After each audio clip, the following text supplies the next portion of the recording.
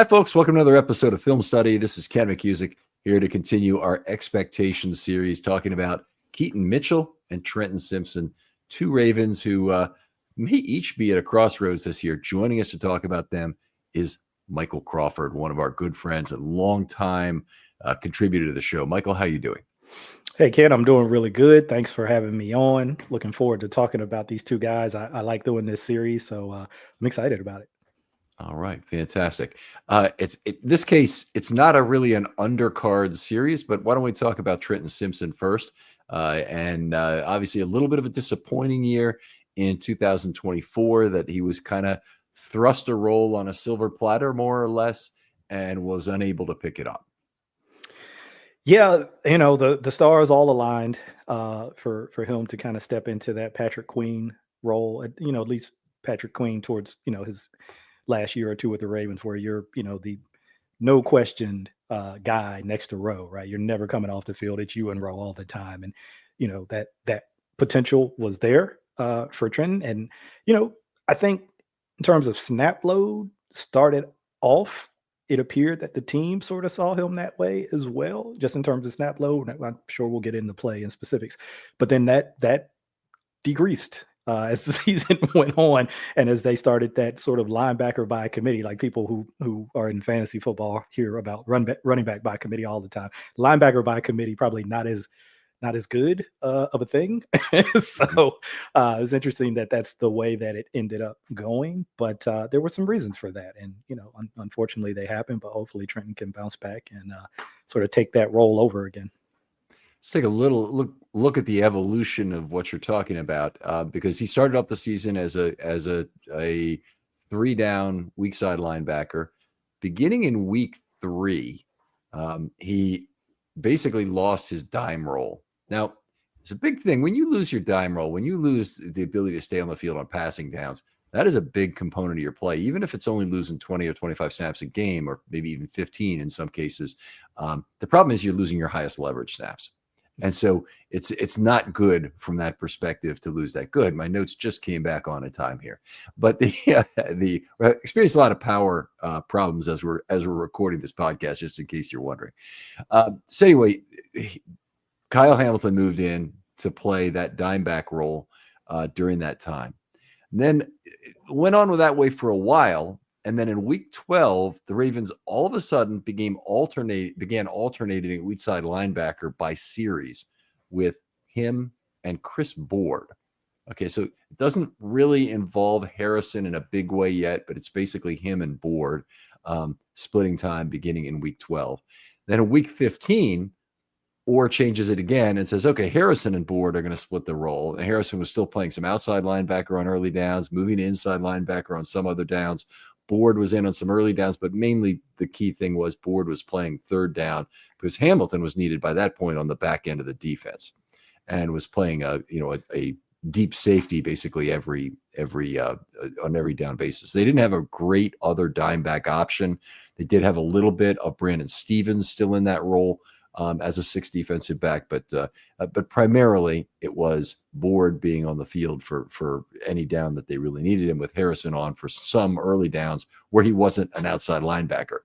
But the handwriting was a little bit on the wall, I thought, as soon as they started having the Board on for some, on a by series basis where they were alternating between Board and Simpson, because that's an open competition signal. It's not a we like this guy in this situation and that guy in that situation, let's make this work kind of thing. Mm-hmm. It's a who's better. Yeah, an in-game open competition, and never a good thing, I think, when you're the incumbent and that becomes a thing. And I don't think we saw it. It's testing my memory here. If we go back to Mike McDonald's first year, I think they went through some evolutionary stuff as well, not to the same extent that the 2024 defense did. And certainly I don't think struggled to the same level that the 2024 defense did. And so some of that I chalk up to, okay, first year coordinator, there's probably naturally going to be some of those evolutionary here. Let's try this. Let's try that. That didn't work. Okay, now let's try this over here sort of thing that goes on until you kind of find your footing. But with this specific player and or groups of players in this specific role, it was a little more than that. It wasn't Yeah. just the kind of natural evolutionary stuff. It's like, hey, there might be a person that's playing better than you. We think there's the potential that somebody could play better than you in that role, and we're going to give them an opportunity. Right. And that's obviously that's terrible news for a second year incumbent player to be replaced by a, UDFA journeyman. And that's what Board was in terms of coming back to the team for his second tour of duty. It wasn't a good thing. And then obviously the way they ended up the year, he's just playing special teams and he's playing a backup inside linebacker role in some blowouts, which the Ravens had several, and so he was able to get on the field for a little bit of time during those. But I'm trying to remember the last time a young player, I mean, a guy in year 1, 2, 3, has taken such a giant step backwards for the Ravens, where he'd gone from being the starter to now this isn't going to work. You're out of there. It's a good question. I thought about that during the year too. I remember thinking about that. I don't think anybody came to mind. I was kind of like really grasping to think of names. And, there's also kind of the overall messaging, I think, because we saw this with Marcus Williams. We saw it with Eddie Jackson, where it's sort of a clear signal that this is about performance. Now, some of it was probably about attitude because we've heard some of the off the field stuff too, but just in terms of, not being happy with role, but it was also pretty clear on-field messaging, in my opinion, about performance, regardless of what your pedigree is, right? If you're not performing, we'll make a change.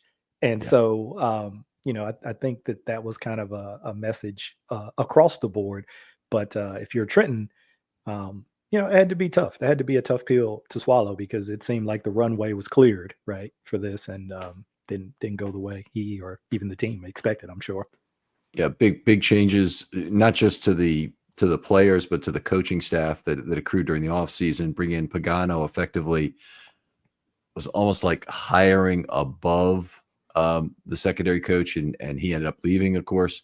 So it's the kind of thing that it doesn't look great. And obviously the last year where they went through these kind of in-season machinations where they had to completely change a lot of position groups was in 2019.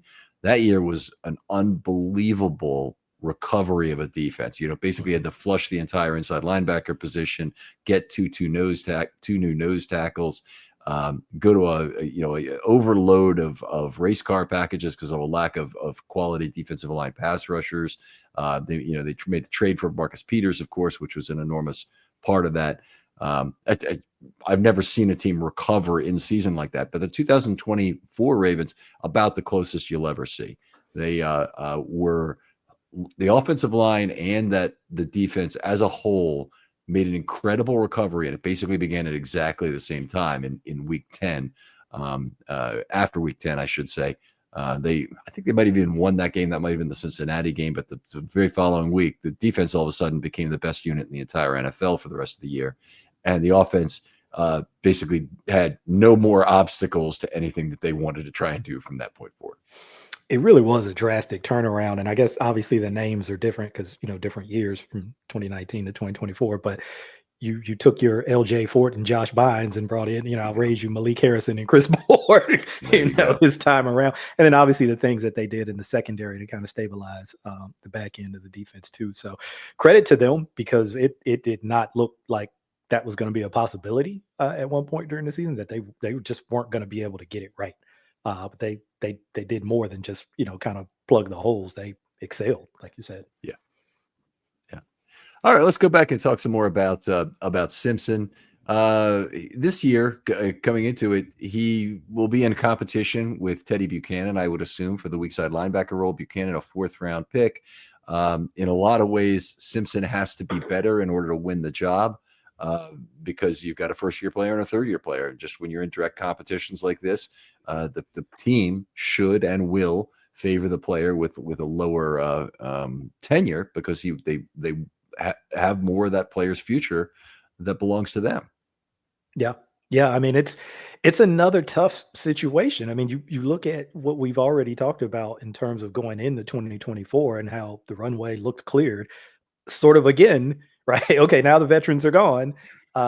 is some young guys in the fold, but okay, you've been in the defense. You should have at least that advantage in terms of knowledge of the defense. You've played in games at the NFL level, so you've got that on your ledger as well. But to the point that you just made, there's going to be an opportunity for these younger players too, by virtue of them being younger players. And Mhm. so if you slip up at all again, um, you could find yourself back in the same situation, which, obviously we got a long way to go. We haven't even got to the 2025 season, but if things were to play out similarly, uh, that's probably the death nail in a lot of ways, if you were to have a Yes. repeat of 2024. Yeah, Tavares Gooden would be a good example of a guy who went through this process, and his career was shortcut with the Ravens. Yeah, and he didn't get nearly as much on field time, but I think he was gone after 3 seasons in the beginning of his fourth. But I may be wrong; it might have been his 3rd season. And it's not like the Ravens have a real shortage of options here. They have Higgins, the guy from Iowa, is here. A slower guy, but a guy who has done a lot of really positive things, amazingly in pass defense in college. And then you compare him to Simpson, who's he's actually been a very competent run defender. I think a pretty good tackler as things have gone. But the problem has been he's a converted safety coming to linebacker, so you really expect him to maybe be better at some of the things about you always admonish me for expecting too soon out of inside linebackers, and correctly so, Michael. I'm not saying I'm accused here in such a way. I do want inside linebackers to understand what's going on behind them, and that is one of the most difficult things to learn about inside linebacker play. But coming from safety, you hope that a portable skill is going to be understanding the route trees and whatnot, and the route combinations that can go on in level 2 and level 3, and how to react to those. And that just is where he really fell apart. 9.3 yards per target, 125.8 opposition passer rating. There's not one thing I can pick out of that season that's well. And I think they completed the 28 or 29 out of 33 passes thrown in his direction. So admittedly, some of that is screen passes that would have been largely in front of him and whatnot, but and not contested in any way. But that's still an unbelievable amount of passing success to have against an inside linebacker. Yeah, and as always, context is important. I mean, when he was playing that role in college under, I think Brent Venables was their defensive coordinator before he left to, I think, take the head job at Oklahoma, and then Simpson's last year at Clemson. A guy who was already on staff got promoted to DC, and he wanted to play him more as an inside backer as opposed to kind of that hybrid nickel safety linebacker, whatever you wanted. I'm sure they had a name for that role when Trenton was in it, but it can depend on what you're being asked to do in that system. Yes, you're playing more coverage snaps in that role, but what are they asking you to look at? What kind of routes are you seeing in college versus what you see in the NFL? There's the physical part of it, and I don't think anybody would deny that he has the athleticism to play in coverage, but it's not always an apples to apples thing because again, it depends on the context of what was put on your plate in college as opposed to when you come into the NFL. And we know the Ravens system, they definitely starting, I guess, with McDonald, definitely tried to simplify it. You hear the players talk about it all the time in terms of the teaching of it and the language, right? So that they didn't have a different word for, let's say you want to give 500 looks in the season. You have 5 different words to give 500 defensive looks, right? We can simplify that way down into, sort of buckets of families in terms of Mhm. language and then still give that same number of looks. 500s, of course, is an extreme example, but I'm just saying. But that still had to be a lot. And so one of the things, and I'm sure we'll get to this when we kind of talk about strengths and weaknesses for Trenton, I think this is true for all linebackers and maybe all players, but particularly at linebacker, is eye discipline. What are you Mhm. looking at? What should you be looking at? Because I know a lot of people will say, well, play recognition. He needs to improve his play recognition. Okay, there's a mental component to that, but there's also a physical thing that I think starts with your eyes. Are you looking at the things you're supposed to be looking at? And I Yeah. think you could see as the season went on, he was seeing too much, right? And it was confusing him and it was getting him out of position as opposed to, and I think I've used this quote on your show many, many times before, but old linebacker coach in college, now I'm blanking on his name, but he coached Khalil Mack when Khalil Mack was at Buffalo. And he used to say, If you want to be a good linebacker, if you see a lot, you won't see anything at all. But if you see Mhm. a little, you'll see a lot. And so his thing was, if you're keen in on the right things to help you diagnose what's happening, whether that's in run defense or in coverage, then that's all you need. And you'll be, more often than not in position to defend those plays or even make plays. If you're seeing everything, right, all of the motion, all of the eye candy, all of the formation alignment stuff, it's going to slow you down because there's no way you can process all that information. And it's unreasonable in particular for a young player to process all the information. Roquan Smith Yeah. be another matter. And in fact, one of the things I really love about Roquan Smith is you can see pre-snap that he's looking at the other side of the formation when if there's a running back who's split in some way and he's forced to cover that, sometimes in a slot position, and they're more than likely they're going to motion into a different position. But if they don't, he's got responsibility there. He'll look to the other side of the formation to try and figure out what crossing routes will come, off that. And that's exactly what they're probably trying to do. Is they're probably trying to work behind him on something. He knows it. And he knows what to look for. Part of it is that I'm sure Roquan is looking with focus at what he needs to look at on the other side of that field, as opposed to just, kind of wide-eyed, child looking back and forth and trying to look at all the shiny objects which are distracting him. There's another point you made here that I think is really important, is that, with a young player, there is a desire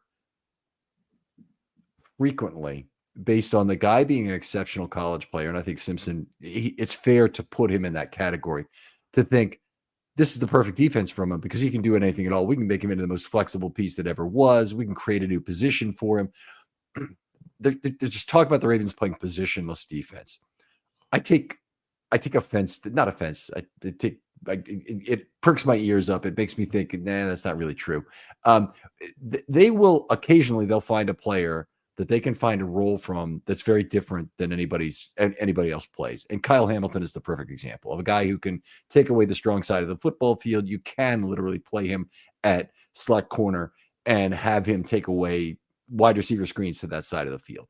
But that's not for everyone. And the notion of a positionless defense is not really what the Ravens do. The Ravens try and make a player play a position well, and then they'll see if they can expand on that role and give him other responsibilities. They could do that with Hamilton.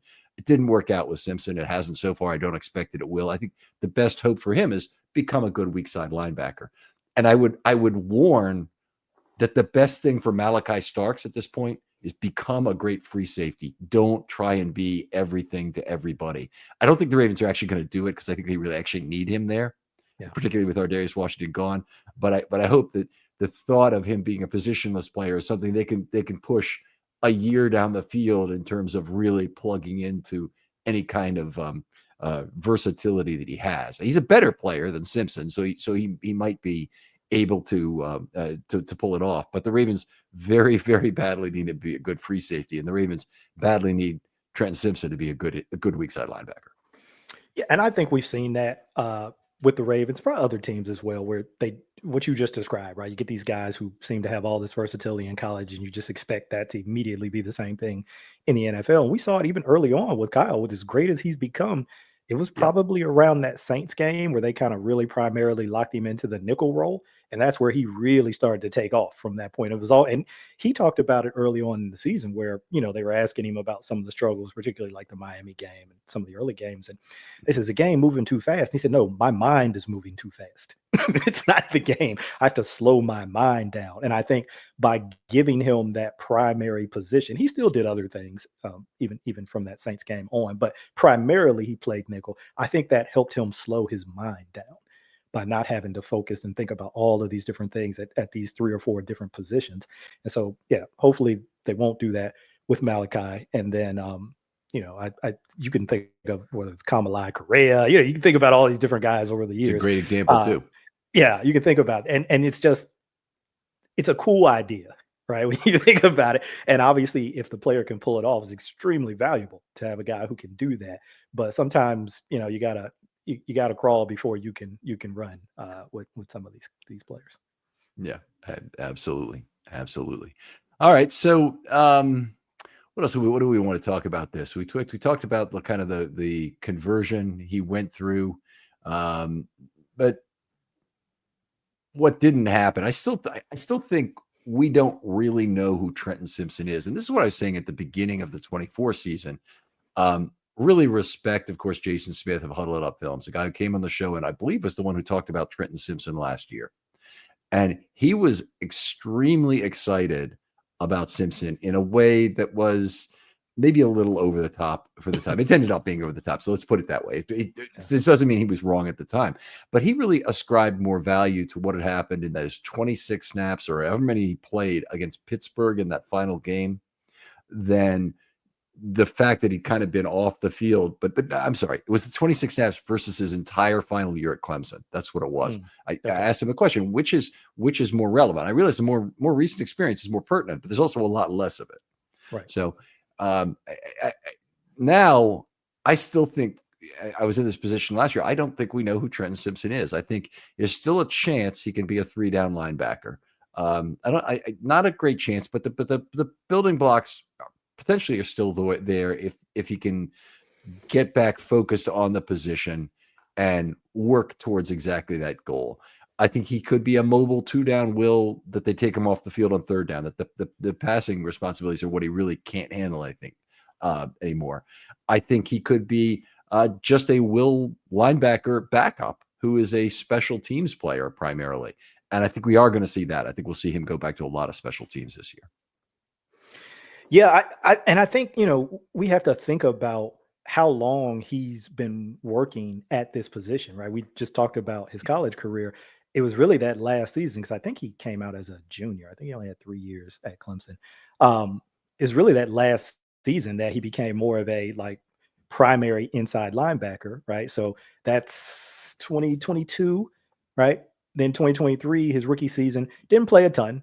Because you still had Roquan and PQ. So, didn't play a ton there, kind of mixed him in some spot stuff here and there, some cleanup stuff, right? So didn't get a ton more experience in games. I assume, during the off season before the season started in practices, he was gaining some experience, but not a lot of in-game experience.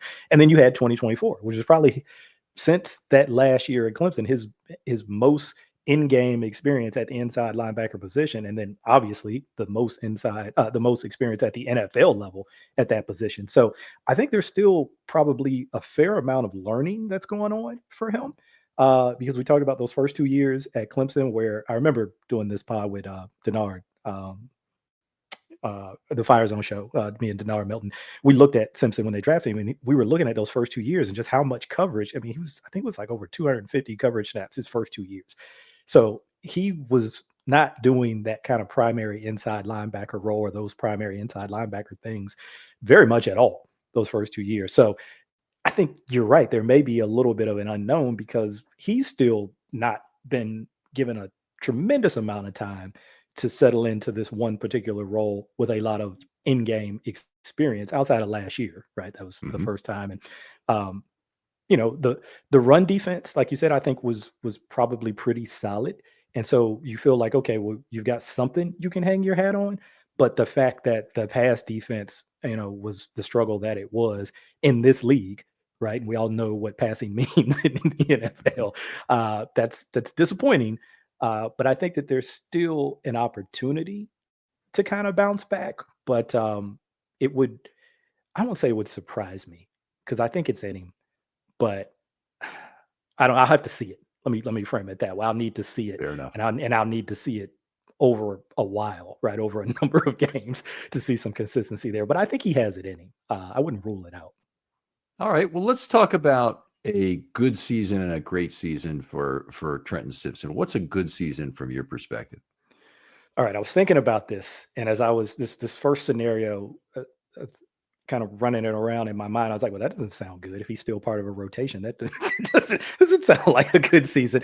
But I guess the way I was envisioning it was not necessarily still part of a rotation in terms of he comes off the field, but he's on the field, but maybe moved into some different roles while whether it's Buchanan or whoever the other linebacker comes in on the field. And this is going to get like probably too far down in the weeds, but I just had like a real specific scenario in my head where I thought, okay, well, that wouldn't be so bad for Trenton, for Trent Simpson. Let's say you bring in one of these other young linebackers and you say, you know what, in this particular package, in these particular situations, you are going to be the A gap blitzer. All we want you to do is go in there and kill the A gap. Whoever's there, just absolutely kill him. But Trenton, you're still going to be in a coverage role, whether that's zone, whether that's man, whatever. We're going to still have you in, the role that probably requires a little bit more processing, right? Mm-hmm. You think about like, if you're looking for a better way to unwind, focus, or even get a good night's sleep, listen up. Let me tell you about Mood, the online cannabis company that's changing the game when it comes to functional gummies.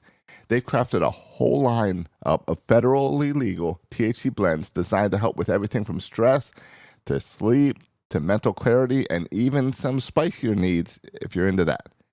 Now, what makes Mood different? They go beyond just THC. They pair it with herbs and adaptogens to create targeted effects that you won't find in any other dispensary. And every gummy is made with pesticide-free, small farm American cannabis, so you're getting quality that you can trust. I've tried their sleep gummies, and let me tell you, it takes about 15 minutes, and I'm out cold, no grogginess, no weird side effects, getting some of the best sleep I've gotten in my life when I take one of these gummies. And if you need a mood boost, there are Epic Euphoria gummies, game changers. And right now, Mood is giving listeners 20% off their first order by using the promo code RAVENS at checkout. So head on over to mood.com, find the perfect gummy for whatever life throws your way, and don't forget to use the promo code RAVENS to save 20%. Peanut, right? Way back in the day, like maybe when Peanut and Kenny Young were kind of sort of splitting next to CJ, and it was like, just go kill this gap, right? Don't worry about processing. Don't worry about, figuring anything out. Just hit that gap. So if he's still on the field, right, but he's also sharing snaps with some other young linebacker, but it's in that kind of role shift or specific role kind of thing, I think that that's okay. I think that that's okay. Because initially I was thinking, well, he's in a rotation, but he's kind of the primary guy. So yeah, he comes off the field some, but he doesn't come off the field nearly as much as he did last year. And that'd be good. I was like, no, that really wouldn't be good. So I tried to think of another way where he's in a rotation, but he's not necessarily coming off the field, where that could still qualify as good. Because great, which I'm not going to jump to, but I know we'll talk about, I think that's a lot clearer, like what great would look like. Yeah, I agree with you on that. And here's the problem with all of the great things people can think about how a player can play on defense is that they never, I know you do, by the way, I'm not excusing you of this in any way, shape, or form, but is they never think about what is the resulting sacrifice of that strange position that you're asking a player to play. So for instance, let's say Teddy Buchanan is on the field to rush the quarterback or to have a specific coverage role. It really doesn't matter. Whatever you say for Simpson's role is, he's going to be an overhang player. He's going to rush the quarterback and he's going to do this. And my resulting question is what is the defense going to give up to get there? Because there's only three choices. You give up a defensive lineman, okay, including one of your edge rushers, and take them off the field. You give up a different inside linebacker, or you give up somebody in the secondary. Those are your three choices. And, generally speaking, when you're in passing downs, you're already in a position where you didn't want your inside linebackers on the field to start with. Right. The primary choice of NFL teams right now is to go with one inside linebacker on third down. There are some committed nickel teams still out there, and the Ravens had been one until week 3 of last year. But they're teams that have enough safeties to do it now are more likely to play dime than not across the NFL. And, there's just too little of the weird dime, the 32 dime going on right now that people want to play 3 on the line of scrimmage and go 2 wide. So it's the Ravens don't have that sort of variation. The Ravens have a lot of variation in terms of defensive package relative to some other teams. So that doesn't really work for me. I think that if describing it as a platoon is the way I would do it, and that's where I think a good season is for him. Finds a valuable platoon role where he excels on early downs, and he becomes another plus player in the Ravens defense, returns to a big role in special teams, and there's a lot of departing snaps to fill. So boy, do the Ravens need him to do that. I think that would be a good year. Yeah, special teams, he's going to be a core special teams guy, I think, unless And I guess when we get to the great part, if the great were to happen, then that might lessen some of his special teams role. Yes, sir. Yeah, I agree completely. Go ahead with your great season. Then you sound like you got Yeah, it. I've kind of been leading up to it. So basically, you're in the PQ role, not necessarily comparing them as players, but you're in that role where you're on the field all the time next to row. You never come off the field, no matter the situation. That, like we just mentioned, probably lessens your special teams role in some way, but that's okay. I mean, obviously, you'll take that trade off. If you're in that role, the assumption is you're playing well enough to have earned it.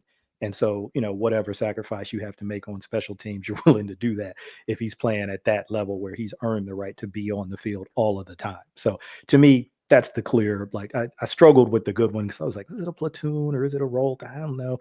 But the great one, I think, is pretty clear. Yeah. Yeah, I'm with you on that. So I basically said the same thing, but I'll just say it. Switch goes on in pass coverage, and he wins a 3-down roll over Buchanan, brings at least one wow factor to the field that is his first calling card, whether that's speed to the point of attack, delayed pass rush, coverage, nose for the football, ability to shed and avoid blacks, whatever it might be. It'd be one more new thing we haven't really seen before. If he does play 3 downs, he's probably done as a special teams player. So I don't consider that a bad thing by any stretch, by the way. You need to keep your starters healthy, and part of that is not playing on special teams. But there is a certain stigma as a linebacker, and particularly a fast linebacker, that goes with standing over for 20 minutes with the coach there. And I watched Patrick Queen do it for a couple of years, and it was ugly with Rob Ryan over there and not getting things done. Those guys clearly didn't have a lot to talk about. So it was this is the thing. By the way, I'm going to harken back to a moment now that is 5 years gone. But Patrick Queen, when he was initially drafted, and so that would have been in 2020, right? Before the 2020 season.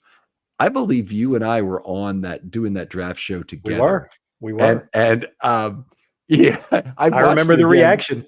Yes, I remember. and Josh is getting questions coming. It's like, does Ken need a hug and things like that? But I was incredibly upset that they didn't draft Xavier McKinney. That's right. Who has become a great NFL player. Yeah. Over Queen. And I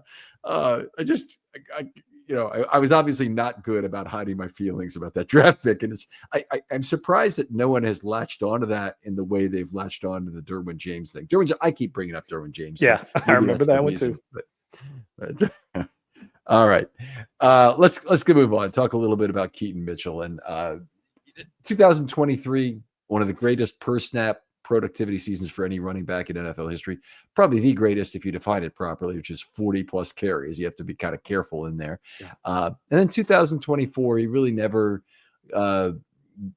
appeared to be fully recovered from the injury. And he finally got a few carries at the end of the year, 15 carries for 30 yards, most of them coming in weeks 17 and 18 of the season.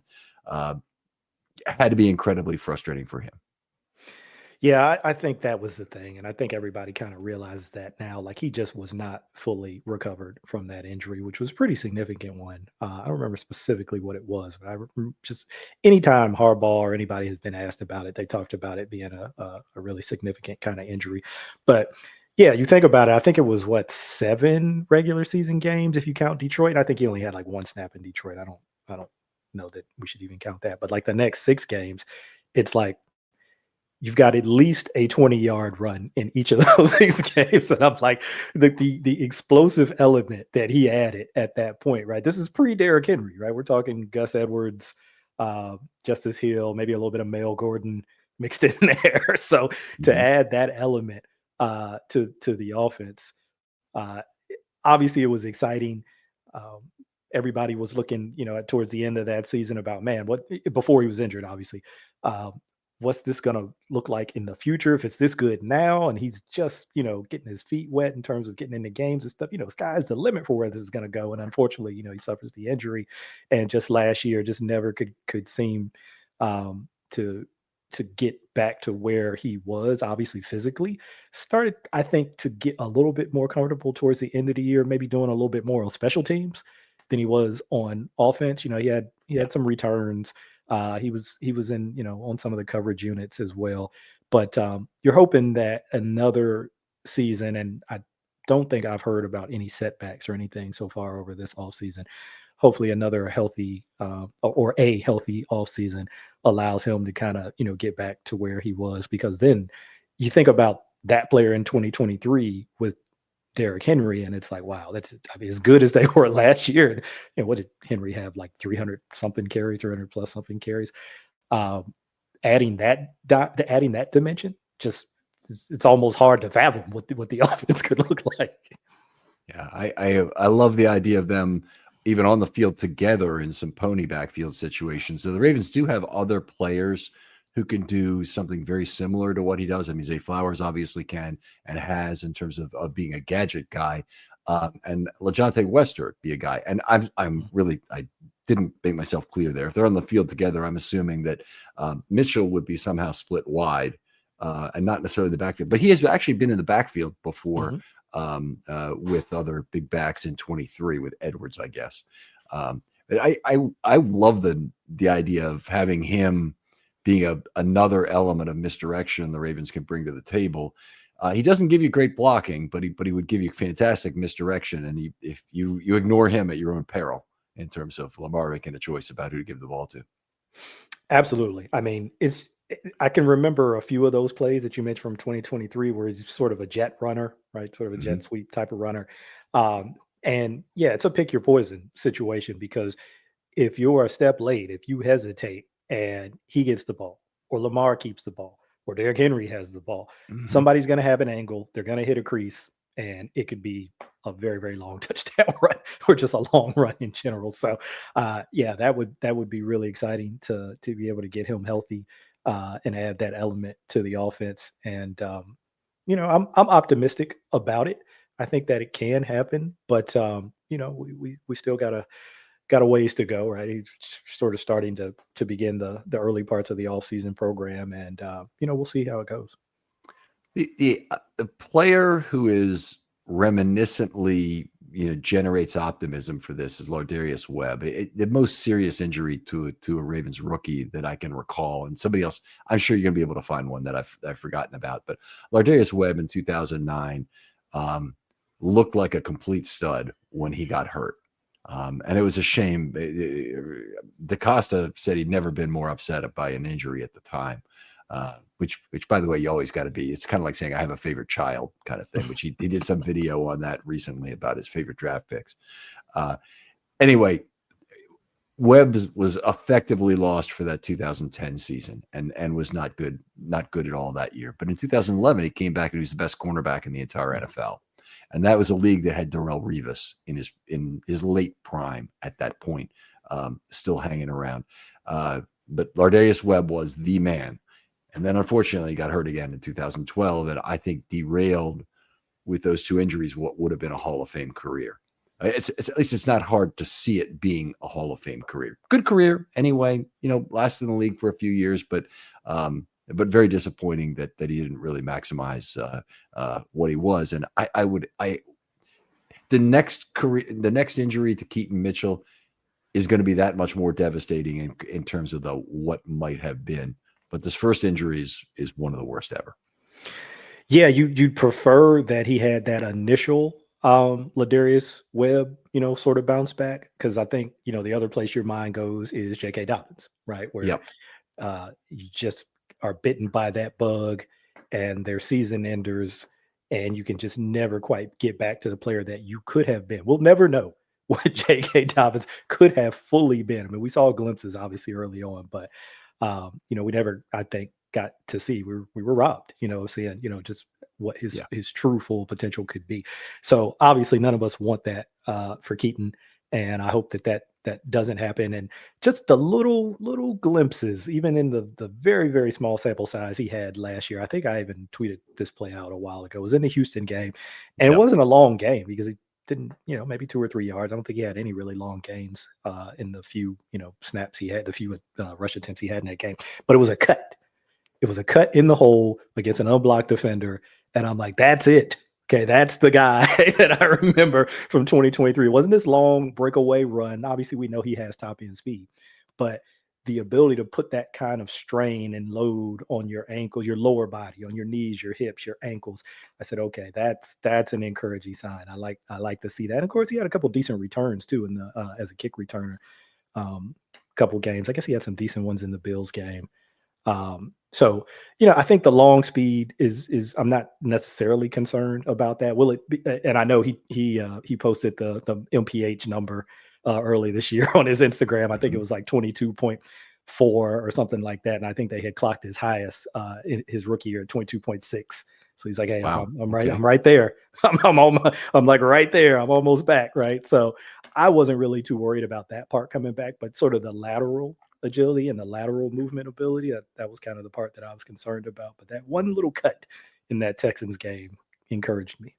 Yeah, I just rewatched that Texans game today, in fact, and the play that you really saw, and it's one of the weird ones. It's his only catch of the season, and he went for 28 yards. Mm-hmm. And there's some elusiveness on that play. There's some speed on that play. And in NFL, in Ravens history, it's one of the longest in terms of per target during a season kind of things. There's one player, you might know the answer to this, but one player in Ravens history who, if you take away any minimum on targets, it is one target, had 43.0 yards per target. Do you gotta be Gus, right? Was it Gus? No, Gus left the Ravens with the highest yards per target in team history. Okay, because he had that one real long one, I think against the Giants or something, but it was like a scramble 90 yards, play. or something. Yeah. But okay, not Gus. Who was it? This is one boy. It was Joe Flacco in his rookie year. Okay. I had a handoff. I think it was to Troy Smith, and Troy Smith threw off the top. The Oakland linebacker was slow covering, and he outran him down the left sideline, made the play, kind of diving out to make the ball, or catch the ball, but was pretty cool. All right, let's move on, because there's so little to talk about in terms of Keaton Mitchell's 2024 season. It's obviously very depressing, but let's talk about what expectations are reasonable. Give me a good season. Give me to start with for Keaton. All right, good, I think, would be if you can. This is going to be similar to your good for Trenton Simpson. If you can be a part of a platoon and you have an established role, right? This is what you do.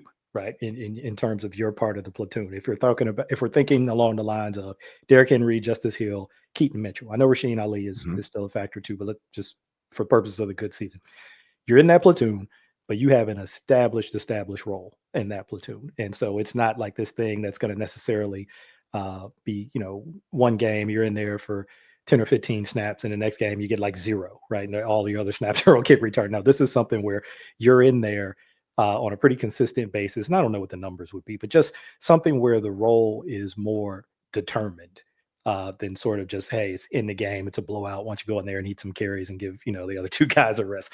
Something other than that, to me, would be a good season for him. Yeah.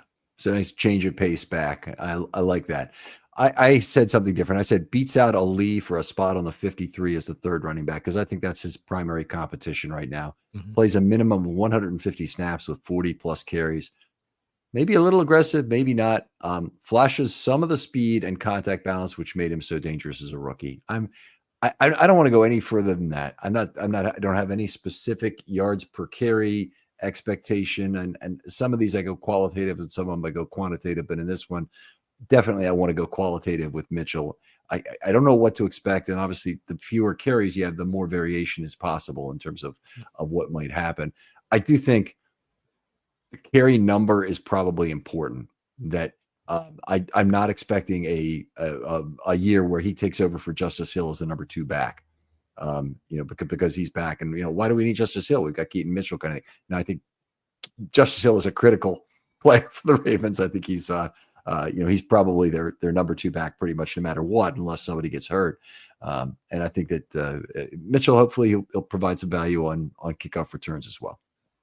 Okay, well that's going to take some of the thunder out of my great season, because that's what my great season was going to be. Because I was thinking, I was like, obviously that would be extremely optimistic, because not just from a runner or from a pass catcher standpoint, but that means that he will have to have significantly improved his pass protection to overtake Justice Hill in that role. But to me, if we're using the word great, that's what a great season would look like, where not that Justice Hill is completely phased out. Obviously, he's a utility guy, right? He does so many different things well. He's gonna have a role, but Keaton has a season where it's kind of he's the clear number two, right? He's improved enough in pass pro where they can trust him in those situations.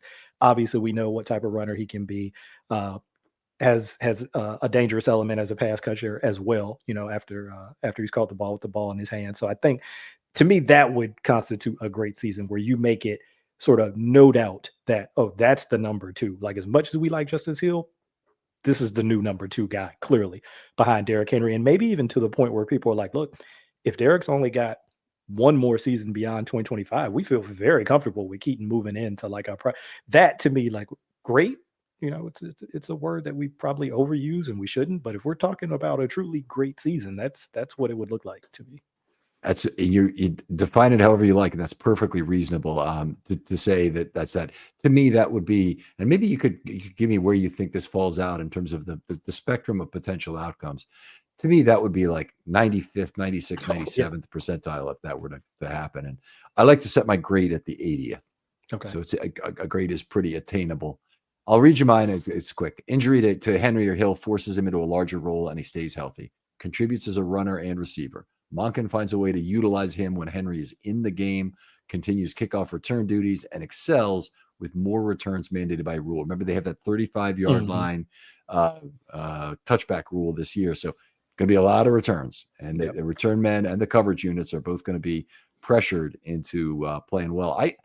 Personally, I don't believe that they're going to do a lot of intentional kicking in the end zone. If it was 30% last year, and I think that was about the number, then I would expect it to be something like 12 to 15% this year, with them being very selective about when they do it.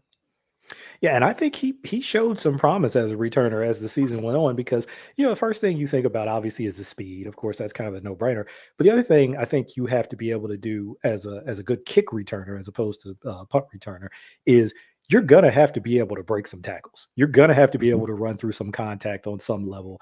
And he's not a big guy, but he showed some ability to kind of run through some wraps, run through some kind of one-arm lunges at his leg, his lower body. And I said, all right, if we got that, then that can take, what maybe would have been 7, 8, 9, 10, 11-yard return, and maybe we turn it into a 20, 30, 40-yard return or more. So I think there's some potential there with him as a returner. And I don't know that I'd have to go back and look. I don't know if he did it in college at all. But that obviously can take some time. And of course, they've got a track record with developing guys who didn't return in college into pretty good returners in the NFL. Yeah. I'll leave you with this statistic about missed tackles forced. His very first game where he got any carries was that Seattle game. And he broke 8 tackles in that game, according to PFF, had 132 of his 138 yards after contact. Ooh. If I look at Derrick Henry's 2024 season, the most tackles he ever broke in a game was 9. I think about Keaton Mitchell carried the ball 9 times in that game, broke 8 tackles. Yeah. Derrick Henry had a hell of a lot more tackles or carries than that to pile up 89 missed tackles in the course of a season, but no more than 9 in a game. So his elusiveness and contact balance was so mouthwatering in terms of what you were getting in 2023. It was such a devastating injury to live through. Yeah, and it was an awesome surprise, because I know there was a lot of buzz about him in camp. A lot of players talked about how fast he was. And, I guess people who had been to camp and, maybe saw a little bit in preseason, but we didn't, didn't he have an injury or something? He didn't play a whole lot in preseason, did he? That I remember. There was something he was dealing with, I think. Yeah, I mean, he was out until like week 8 of the year. So okay. So it like came out of nowhere, this explosion onto the scene. And you're like, now you already got this really dynamic offense in 2023. This is, before the addition of Derrick Henry. And you're like, wow, now you add this guy to it. But now again, you think about, okay, well, now we had this great offensive season, another historic season with Derrick Henry added. And now if you can, bring Mitchell back to what he was in 2023, you're just like, man, every time I think that there's some ceiling on what they can be offensively, they just show me like, no, there actually isn't. We can, there's another level that we can go to. Yeah. Yeah, it's been awfully fun to watch this team Yeah. play offensive football, moving up and down the field. I've always been a defensive guy personally. I love the way the 2000 Ravens were built and the way they've could just snuff the life and create this progressive despair in opposing offenses. And as great as the Ravens defenses have been, even in recent years, they really haven't had that. They haven't been able to get offenses to basically give up. That 2000 Ravens defense, watching them again this offseason, they just, I think of Corey Dillon slamming the football to the ground, pissed off at his offensive line and walking off the field. They just they want to give up. Yeah, quit. Michael, always a pleasure talking football with you. You tell folks where the Fire Zone show, tell them about that, and where they can talk football with you online. Yeah, so anywhere that you can get audio podcasts, it's the Fire Zone show, it's the Deep Cover podcast. Fire Zone I do with Denard Melton. Deep Cover I do with Kerry Stevenson and Chris Aguilera. It's getting old, man. I can't remember who I know. these shows with anymore. And yeah, we've slowed up the pace in recent years, but we actually put out some stuff not too long ago, pre-draft, and then I think we even did a post-draft thing, kind of looking at the Ravens draft class. So maybe we'll pick it back up a little bit. I'm getting a little long in the tooth for podcasting, but you never know. We'll see how it goes. But you can check those out, and you can find me on X, I guess what we're calling it these days, at Abukari, Abukari.